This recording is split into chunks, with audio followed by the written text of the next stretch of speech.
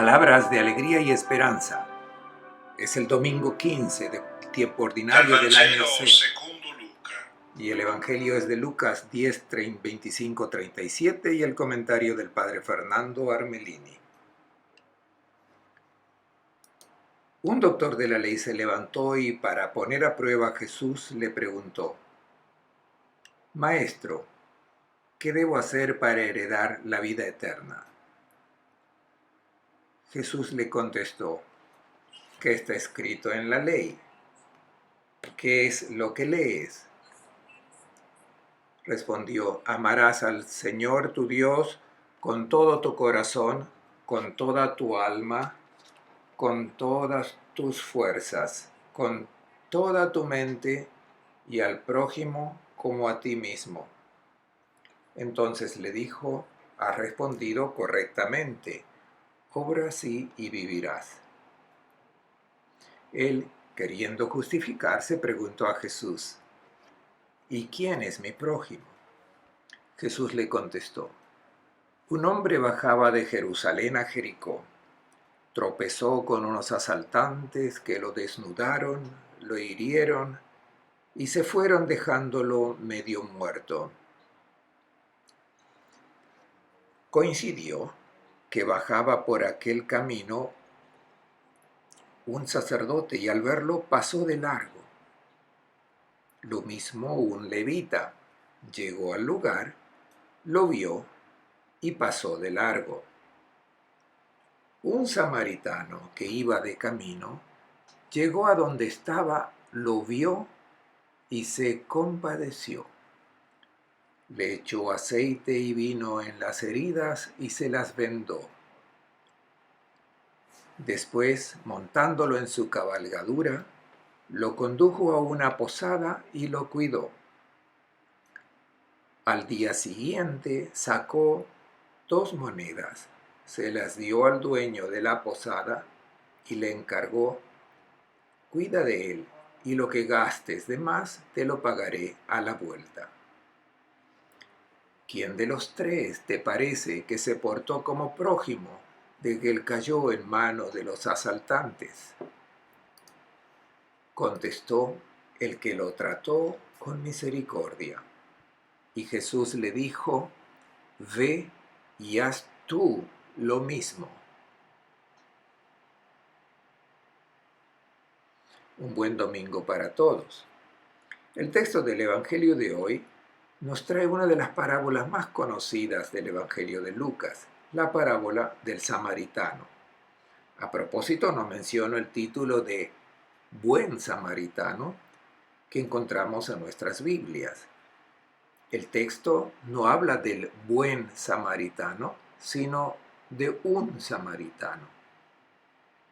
Veamos esta parábola. Ante todo, nos introduce un personaje que de hecho no es un samaritano, un impuro, sino un biblista, un doctor de la ley, por tanto, un conocedor de los textos sagrados del pueblo de Israel, que se presenta a Jesús para ponerlo a prueba. El verbo griego es ekpeirazón, quiere decir echarlo fuera del camino, quiere decir llevar a Jesús fuera de su propia interpretación de la Torá y de la Biblia. Es competente, sabe que Jesús conoce las Escrituras, pero que las interpreta de una manera diferente. Por tanto, este doctor de la ley viene para tentar a Jesús, llevarlo hacia su interpretación de la Torá, la interpretación de los escribas, de aquellos que interpretan la palabra de Dios según sus propias tradiciones. Y le dice: Maestro, ¿qué debo hacer para heredar la vida eterna? Es una pregunta muy profunda y muy fina espiritualmente. Se ve que es un biblista y que se presenta a Jesús y le pregunta: ¿qué debo hacer para heredar? Las palabras están muy bien empleadas. Se ve que él se ha preparado bien para no hacer el ridículo frente a Jesús. Este maestro está bien formado. Habla de heredar. Nosotros no podemos dar la vida biológica, no nos podemos dar, solo la podemos recibir con gratitud. Por tanto, esto es la vida biológica, la heredamos. No hay ningún mérito, recibimos esta vida biológica como un don. Este doctor no habla de la vida biológica, sino que le pregunta a Jesús qué debe hacer para heredar, por tanto, para recibir otra vida, la vida del Eterno. En griego, zoe aionios, no es la vida biológica, el bios. No me contento con esta vida, quiero la misma vida del Eterno. Y esta vida solo puede dármela el Eterno. ¿Qué tengo que hacer para heredarla y recibirla en herencia? He recibido en heredad la vida biológica de mis padres, pero no me basta porque se acaba. Les decía, notemos la fineza espiritual de este biblista. ¿Qué le hubiéramos pedido nosotros a Jesús si hubiésemos tenido la oportunidad, si hubiésemos tenido la alegría, la suerte de encontrarnos con Jesús de Nazaret? ¿Qué le hubiéramos pedido? Pienso que nuestras peticiones hubiesen sido por la salud, el éxito, la prevención de enfermedades, el bienestar. Hubiéramos buscado de Él no la vida del Eterno, sino que nos hubiéramos quedado todavía anclados en la realidad de este mundo. No quiero ser malo, pero yo mismo si me hubiese encontrado con Jesús, le hubiese pedido estas mismas cosas, que son importantes. Pero este biblista va directamente a una petición que va más allá de la vida biológica, la vida de este mundo. Deja surgir esta necesidad de infinito que todos tenemos, pues Dios ha puesto esta necesidad de infinito. ¿Cómo heredar esta vida? Jesús le responde con una pregunta, o mejor, con dos preguntas. Tú eres un biblista. ¿Qué está escrito en la Torá? ¿Y cómo lees lo que está escrito en la Torá? Nosotros no estamos acostumbrados a dialogar como lo hacían los semitas y como lo hacen aún hoy. No poniendo una respuesta, no dando una respuesta para convencer al otro, para que vea que nosotros tenemos razón. Jesús sigue una pedagogía distinta que es mucho más eficaz. Hace una pregunta. Ante una pregunta responde con otra pregunta, para que la verdad uno no la reciba del exterior, sino que se dé cuenta que la respuesta la da él mismo. Cuando vemos algunos debates por televisión, vemos que ante una pregunta se responde dando una explicación y una interpretación que viene de fuera de la persona. Y muchas veces esto lleva a un debate donde todos quieren tener razón. Esto pasa porque la verdad no viene desde dentro. Raramente sucede en un debate televisivo que ante una pregunta el otro responda con otra pregunta, precisamente para sacar a flote la verdad que uno tiene dentro. Si se ha hecho en cara, si se la ha hecho en cara, lo más probable es que se rebele, pues quiere mantener su propia convicción. Esto es lo que vemos y observamos en los debates televisivos, donde uno quiere imponerse sobre los demás. Esto no sucede en un diálogo personal, hecho en un ambiente donde ambos buscan la verdad. Y para buscar la verdad, la mejor pedagogía es la de Jesús de Nazaret. Jesús pone interrogantes, quiere sacar a flote la inquietud interior, de manera que la persona llegue ella misma a encontrar la respuesta. De esta manera es mucho más eficaz. Jesús le pide al rabino que explique lo que él, el rabino, ha descubierto en la Torá. Y la segunda pregunta es preguntarle cómo interpreta la escritura. El doctor de la ley da una respuesta muy rabínica. Yo leo la escritura que debo amar al Señor con todo el corazón, con toda la vida, con todos mis bienes y con todo mi entendimiento. Y a mi prójimo como a mí mismo. Ha utilizado dos textos bíblicos, uno del Deuteronomio y con una añadidura que él hace, con todo el conocimiento. El verbo conocer en la Biblia implica la unión de pensamiento, de sentimientos, de proyecto con la persona amada. Esto es conocer. Por tanto, amar a Dios con todo el conocimiento quiere decir estar unido como el esposo con la esposa. Por tanto, decidir todo en sintonía con Dios. Es una unión de vida con la vida de Dios. Y luego utiliza un texto tomado del Levítico. Amarás al prójimo como a ti mismo. Es una respuesta muy buena. Jesús ha hecho surgir de este rabino el descubrimiento de un centro que existe en la ley, en la Torá. Y ese centro es el amor.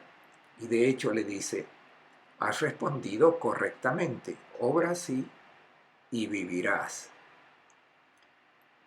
El elogio de Jesús nace del hecho que este rabino ha comprendido que vivir es amar, es ligar el corazón a alguien o a algo, pero hay que estar muy atento a quién o a qué cosa se une el corazón. El rabino ha comprendido que el corazón va ligado totalmente a Dios.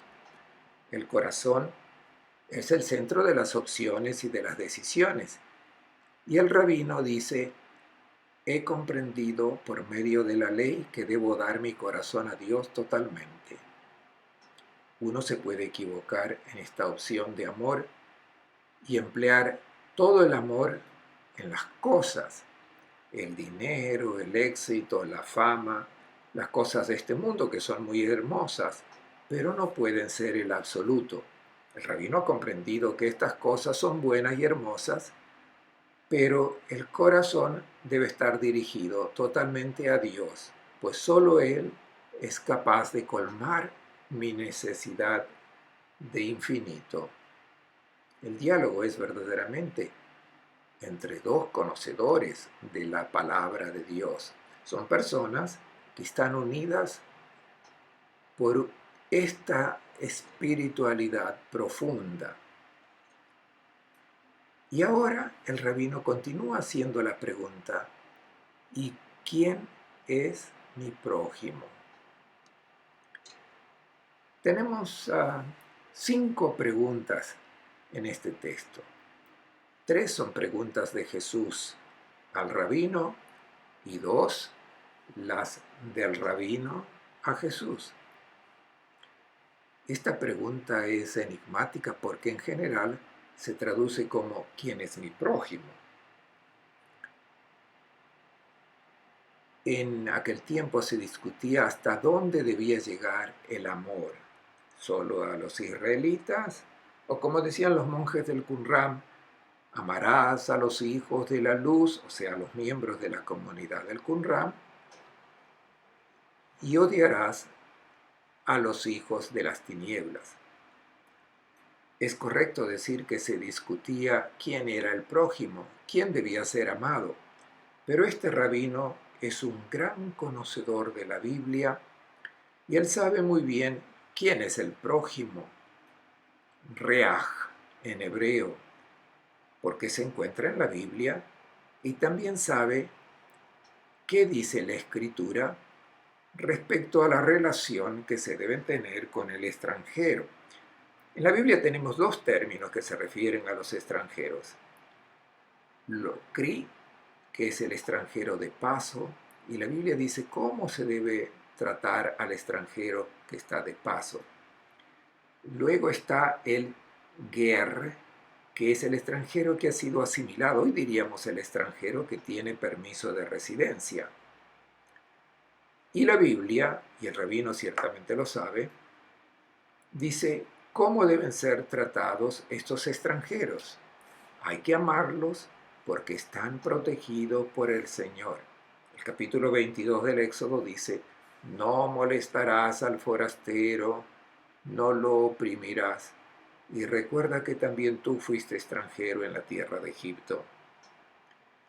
Y el rabino también sabe lo que dice el Salmo 146. El Señor protege al forastero, sostiene al huérfano y a la viuda. Entonces, ¿cuál es la pregunta de este rabino? Dice, yo amo a Dios, pero ¿quién es mi prójimo? Tis estin mo plesion. Y la respuesta que Jesús da es a esta pregunta, ¿quién es tu vecino? Es lo que vamos a ver. Jesús responde con la parábola.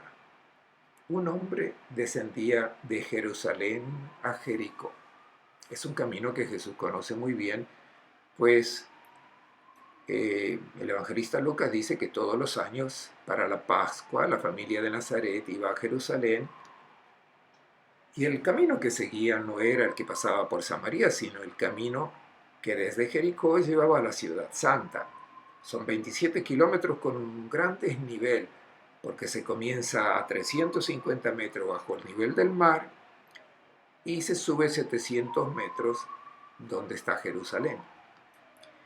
Es un camino que pasa por medio del desierto. Al fondo tienen algunas fotos del desierto de Judá y era un lugar infectado de ladrones. Por tanto, era obligatorio andar en caravana, pues si uno llevaba provisiones y estaba solo, fácilmente era atacado. Al fondo también pueden ver Jericó. Jericó era la ciudad de las palmas. Se encuentra cerca del río Jordán y del Mar Muerto, y por eso es rica en palmeras, viñedos, plantas de perfume, y está rodeada de una región totalmente árida. Jericó era un importante lugar fronterizo, y especialmente la riqueza de Jericó era el perfume que allí se producía y que era muy caro. Se lo vendía especialmente en Egipto. Algo importante para comprender la parábola es que en Jericó estaban las segundas casas de la gente rica de Jerusalén. Y vemos que este sacerdote se dirige a Jericó, por tanto, uno que seguramente tenía allí su segunda casa. Jericó era una ciudad famosa en la antigüedad por la corrupción de costumbres, por la vida desenfrenada. Jericó está abajo, la ciudad corrupta, y Jerusalén, donde se oraba, se encontraba arriba, por tanto, el lugar cerca del cielo, mientras que Jericó era la ciudad del pecado. Un hombre bajaba de Jerusalén a Jericó. ¿Quién era ese hombre? Sobre él no sabemos absolutamente nada.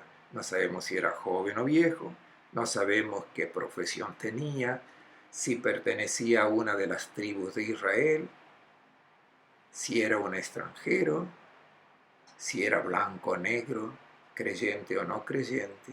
No sabemos si era bueno o malo, tampoco qué es lo que había ido a hacer a Jerusalén y qué es lo que iba a hacer en Jericó.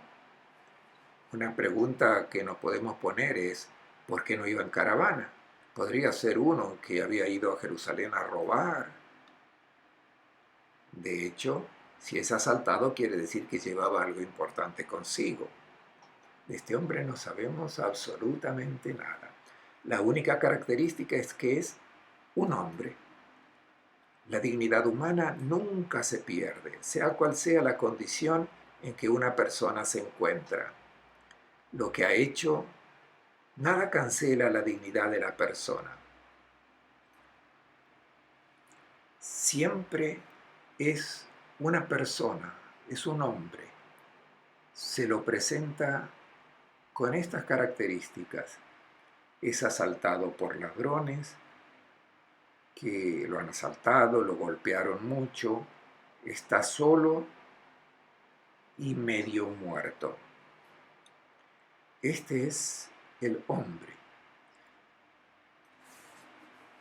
Es una imagen de lo que sucede a la persona en el camino de su vida. Puede ser que se encuentre con ladrones que lo deshumanicen, lo destruyan y lo dejen medio muerto. Por casualidad, un sacerdote descendía por ese mismo camino. Lo ve y se desvía. Jesús podría haber dado ya su lección, pero en vez, al final hará una pregunta. Quiere que salga del corazón del rabino, quiere hacer surgir la verdad e introduce en escena a un sacerdote.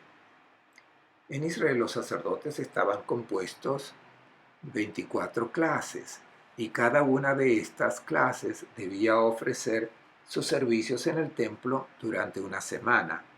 Los sacerdotes vivían en su tierra, en sus aldeas, y luego, cuando era su turno, se llegaba a Jerusalén y cumplía con su servicio en el templo.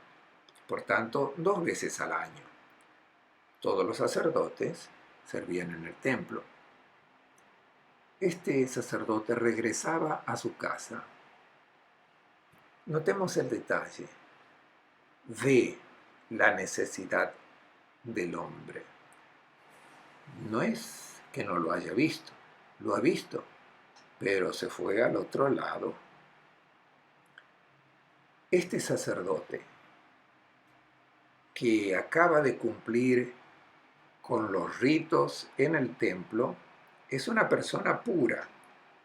En el templo ha asimilado los sentimientos y los pensamientos de Dios. La respuesta es no, porque veremos que el pensamiento y los sentimientos de Dios han sido asimilados no por el hombre de iglesia, sino por un samaritano. Y repito, no un buen samaritano, no creyente. Y el sacerdote pasa a la otra parte. Inmediatamente podemos hacer una reflexión, porque este sacerdote que practica la religión de manera minuciosa, sin cometer ningún error, cumple todos los ritos, es en realidad uno que está lejos del pensamiento y de los sentimientos de Dios, porque se pasa a la otra parte del camino.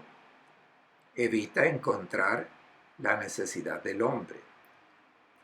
Y todos los profetas condenan esta religiosidad que no te lleva a socorrer al oprimido, a hacer justicia al huérfano, defender a las viudas. Recordemos el texto de Oseas, citados 2 veces por Jesús. Se ve que Jesús lo había asimilado muy bien. Quiero obras de amor, no sacrificios. En cambio, este sacerdote se centra en los sacrificios, en la práctica religiosa, que luego no tiene aplicación a la vida concreta, esto es, en el encuentro con las necesidades del pobre. Luego también pasa al lado de este hombre herido el levita. El levita lo ve y se desvía también y evita encontrarse con la necesidad del hermano. Los levitas eran los sacristanes del templo y veían cómo se practicaba la religión por los sacerdotes y se limitaban a esta práctica. Bien, a esta altura, los espectadores de Jesús, que entre en escena un tercer personaje, que debería ser un judío laico. Sabemos que siempre existe un benévolo anticlericalismo también presente en los cristianos de hoy. Y esto los lleva a pensar que sí, los sacerdotes son buena gente, pero cuando aparece un buen laico, tiene más mérito que los sacerdotes. Vemos que cuando en la predicación se hacen estas alusiones, por tanto, un anticlericalismo benévolo, la gente sonríe contenta. También aquí probablemente se espera que Jesús introduzca en escena a un buen hebreo, a un buen practicante, pero en vez Jesús hace aparecer a un samaritano, no a un buen samaritano, a un herético. Llamar a uno samaritano equivalía a llamarlo bastardo, renegado, herético, porque los samaritanos eran un pueblo que se había mezclado con otras gentes. No eran israelitas puros, porque habían entrado en sus tierras extranjeros que se habían mezclado entre los nativos con los paganos. Incluso sus prácticas religiosas no eran más las de la fe israelita, porque, por ejemplo, solo tenían los 5 primeros libros de la Escritura y descartaban a los demás. Luego no acudían al templo de Jerusalén y tenían otras prácticas religiosas. Hablando del pueblo que vive en Samaria, el libro del Eclesiástico dice que ni siquiera merecen ser considerado un pueblo. Y era un insulto decirle a alguien, eres un samaritano. Esto merecía 39 latigazos, pues era una ofensa muy grande. Entonces, llega un samaritano. Veremos que este samaritano, a diferencia del sacerdote que practica la religión y él no, está en plena sintonía con el pensamiento y los sentimientos de Dios. Todos llevamos dentro este don que es la vida del Eterno. Y si la persona deja salir fuera esta fuerza, que es el Espíritu Divino dado al hombre, que es la única realidad que nos diferencia de los prehumanos, si se deja aflorar esta fuerza, este espíritu, entonces realiza las acciones que vemos hacer a este samaritano. El evangelista utiliza 10 verbos para presentarnos la intervención de este samaritano. Este samaritano refleja entonces los sentimientos, los pensamientos y las acciones de Dios. Veamos estos verbos. El primero, se acerca, no se escapa del impuro, no tiene miedo a la impureza. El sacerdote tiene miedo de esa persona que está sangrando y por tanto si la toca se queda impuro, pero no al samaritano.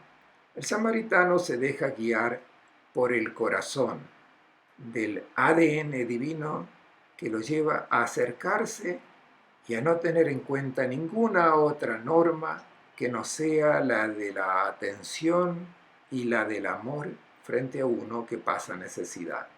El primer verbo, se acerca, no se escapa, no se evade para no acercarse al hermano que está en la necesidad. Segundo verbo, lo ve. Esto es importante en nuestra pastoral.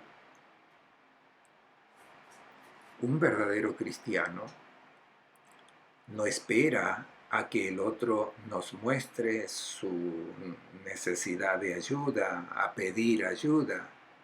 abre los ojos, ve la necesidad del hermano y se acerca para ver lo que puede hacer por el hermano. Esto es muy importante, hacerse cargo del problema del otro. Abrir los ojos. Pero ¿qué sucede? Pasa que cuando vemos estas necesidades del hermano o hermana, podemos decir que no podemos resolver todos los problemas del mundo. No puedo ocuparme de todo. Pero esto puede significar que como no puedo ocuparme de todo, no me ocupo de nada. Y por tanto, vuelvo la cara a otra parte. No veo, no miro al hermano que pasa necesidad. Y por eso no sintonizo con la mirada de Dios. Aún si voy a la iglesia. Tenemos cristianos que se dicen tales porque se mantienen en sintonía con el pensamiento y sentimientos de Dios porque rezan, alzan la mirada hacia el cielo. Pero Dios no quiere que lo miremos a Él, sino que miremos donde Él mira. Solo entonces estamos en sintonía con su mirada. Si nuestra mirada está en el cielo y Dios mira al hermano necesitado, entonces las miradas se entrecruzan, no están en sintonía. El samaritano mira hacia donde Dios mira, lo ve, no espera que el otro le pida ayuda. Esto es importante en la vida de todo cristiano. No es necesario que el otro se humille a pedir ayuda. Tú debes abrir los ojos y cuando veas a un hermano o hermana necesitado, te comportarás como este samaritano si es que estás en sintonía con el corazón de Dios. Tercer verbo, se conmueve, splankenizomai. Es un verbo que todos conocemos. Aparece 12 veces en los evangelios y siempre empleado para los sentimientos, para el corazón de Dios o de Jesús. Es la emoción que lleva a tener los sentimientos de amor pasional, lleva a vivir como propio la necesidad del hermano. Splankenizomai viene de splancone, las vísceras, el amor visceral. Verdaderamente este es el sentimiento que una madre tiene cuando ve la necesidad del hijo. No reacciona con la cabeza, se deja llevar por esa pasión visceral. Este es el sentimiento del samaritano. Lo hermoso de este relato es que en toda la Biblia, la única persona que tiene estos sentimientos es un samaritano, no uno que asistía regularmente a la iglesia. Esto es lo que nos quiere decir Jesús, ser sensible a lo que Dios es sensible. Cuarto verbo. Luego de tener estos sentimientos, se acerca. Hemos visto al sacerdote y al levita. ¿Qué hicieron? Cuando lo vieron se detuvieron, pero luego han esquivado el problema. El samaritano es aquel que se deja mover y siente la emoción, la misma emoción que Dios siente frente a la necesidad de uno de sus hijos, y luego de haber visto, después de haber sentido esta emoción, entra en acción, se avecina. Del quinto al octavo verbo, cura sus heridas, luego lo unge con aceite y vino, carga a este desventurado sobre su cabalgadura y lo conduce a la posada.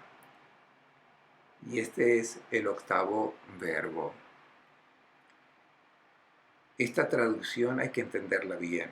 Traducimos, lo llevó a la posada, al albergue. El texto griego no dice posada o albergue, que sería xenodogeion, lugar a donde llegan los que están de paso, sino que dice pandogein, el lugar donde todos son recibidos. Y aquí comienza Jesús a esclarecer el significado profundo que tiene esta parábola, pues el samaritano es Jesús.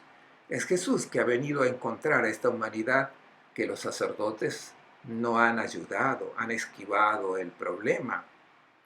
Y llega este samaritano que encuentra a esta humanidad herida y a dónde la lleva. No al Xenodogeion, sino al Pandogein, allí donde todos son recibidos. Luego hablará que no con el Xenodojos, esto es con el posadero, con el tabernero, sino con el Pandogeus, con aquel que recibe a todos. Jesús lleva a la humanidad a aquel que acoge a todos, no rechaza a nadie. Y aquí me gustaría citar lo que está escrito en una piedra sobre el buen samaritano. Una piedra que se encuentra a mitad de camino entre Jerusalén y Jericó. Era un puesto de guardia en tiempos de Jesús, y quizás Jesús se refería a este puesto de guardia donde este samaritano habría llevado al desventurado. Pero aquí asume otro significado. Es Jesús, el samaritano, que lleva a la humanidad herida al lugar de salvación donde todos son recibidos, que es la casa del Pandogeus, el que recibe a todos. Y este es el Padre del cielo. En esta piedra, un peregrino de la Edad Media ha dejado escrito lo siguiente: si incluso los sacerdotes y la gente de iglesia pasa más allá de tu angustia, sabe que Cristo es el buen samaritano que tendrá siempre compasión de ti y en la hora de tu muerte te llevará a la mansión eterna. Este peregrino comprendió el significado profundo de esta parábola. Al día siguiente se ocupa de él. Por tanto, aquí tenemos al noveno verbo. Al día siguiente sacó 2 monedas y se las dio al Pandogeus, aquel que recibe a todos. Sacó 2 monedas. Y aquí el 10º verbo. Y se las da al Pandogeus y dice: yo pago. Le encargó: cuida de él, y lo que gastes de más te lo pagaré a la vuelta. Es Jesús que presenta la humanidad al Padre. Paga 2 monedas, 2 denarios, que son el pago del albergue por 2 días. Y al tercer día yo regreso a la vuelta. Este tercer día tiene mucha importancia. Este samaritano dice: si cuando regrese queda algo por pagar, no lo paga él, lo pagaré yo. Es el mismo Jesús que ha venido a salvar a la humanidad y se ha donado totalmente a sí mismo. Si hay algo más que pagar, lo pagaré yo. Son 10 verbos. Diría que son el decálogo nuevo, que son los nuevos 10 mandamientos para aquellos que quieren parecerse al corazón de Dios. Los que practican estos 10 nuevos mandamientos, sean creyentes o no, están en sintonía con Dios porque dejan emerger esta fuerza que es el Espíritu Divino, la filiación de Dios, la semejanza con el Padre del cielo. O sea, que aún un no creyente tiene este germen divino, y si uno lo deja aflorar, está en sintonía con el corazón del Padre del cielo, con el corazón de Cristo. Y ahora viene la pregunta: ¿quién de los 3 te parece que se portó como prójimo del que cayó en manos de los asaltantes?